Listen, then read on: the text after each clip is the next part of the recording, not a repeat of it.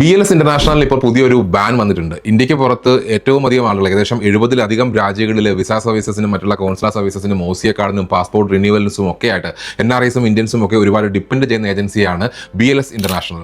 ഇപ്പോൾ BLS international ഇതിന് ഒരുപാട് കംപ്ലയിൻസ് വന്നതിന്റെ അടിസ്ഥാനത്തിൽ, ഒരുപാട് കോർട്ട് കേസസ് വന്നതിന്റെ അടിസ്ഥാനത്തിൽ പുതിയൊരു നിയമം വന്നിട്ടുണ്ട്. നമ്മുടെ മിനിസ്ട്രി ഓഫ് എക്സ്റ്റേണൽ അഫയേഴ്സിന്റെ ഒരു തരത്തിലുമുള്ള ടെൻഡറിലും പങ്കെടുക്കാൻ ഇവർക്ക് കഴിയില്ല. അതിലൊരു ബാൻ കൊണ്ടുവന്നിരിക്കുകയാണ്.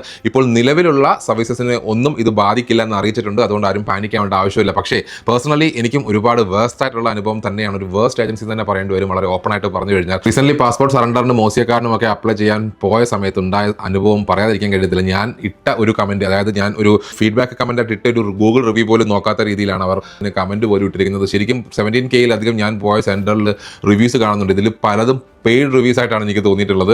ബിക്കോസ് അവരുടെ ഒരു പ്രീമിയം സർവീസസ് ഉണ്ട്, പെയ്ഡ് പ്രീമിയം സർവീസസ്, അതിലെടുക്കാനായിട്ടാണ് പല ആൾക്കാരെയും പുഷ് ചെയ്യുന്നത്. പക്ഷേ അതിന് പ്രത്യേകിച്ച് ബെനിഫിറ്റ് ഒന്നും ഉള്ളതായിട്ട് തോന്നിയിട്ടില്ല. ഈ ഒരു ബാൻ വന്നത് പേഴ്സണലി എനിക്ക് ഒരുപാട് സന്തോഷം ഉണ്ടായി. കാരണം എനിക്ക് അത്രയ്ക്ക് ഒരു വേസ്റ്റ് ആയിട്ടുള്ള ഒരു എക്സ്പീരിയൻസ് ആയിരുന്നു അവിടെ നിന്ന് കിട്ടിയിട്ടുണ്ടായിരുന്നു. നിങ്ങൾ എവിടെയെങ്കിലും BLS ഇന്റർനാഷണലിന്റെ സർവീസസ് ഏത് രാജ്യത്ത് നിന്നാലും എടുത്തിട്ടുണ്ട്, നല്ല സർവീസ് ആയാലും മോശം സർവീസ് ആയാലും എങ്ങനെ ഉണ്ടായിരുന്നു എന്നുള്ളത് ഒന്ന് പറയാൻ പറ്റുമെങ്കിൽ ഒന്ന് കമന്റ് ചെയ്യുക. ഇനിയിപ്പോൾ 2 വർഷത്തിനുള്ളിൽ ഈ ഒരു ബാൻ മാറ്റാനുള്ള ഏതെങ്കിലും നിയമ നടപടികളായിട്ട് ഡെഫിനറ്റ്ലി കമ്പനി മുമ്പോട്ട് പോകുമായിരിക്കും. അതല്ല ഇനി പുതിയ ഏതെങ്കിലും സർവീസ് ഏജൻസി വരുമായിരിക്കും. എന്തായാലും നമുക്ക് കാത്തിരുന്ന് കാണാം.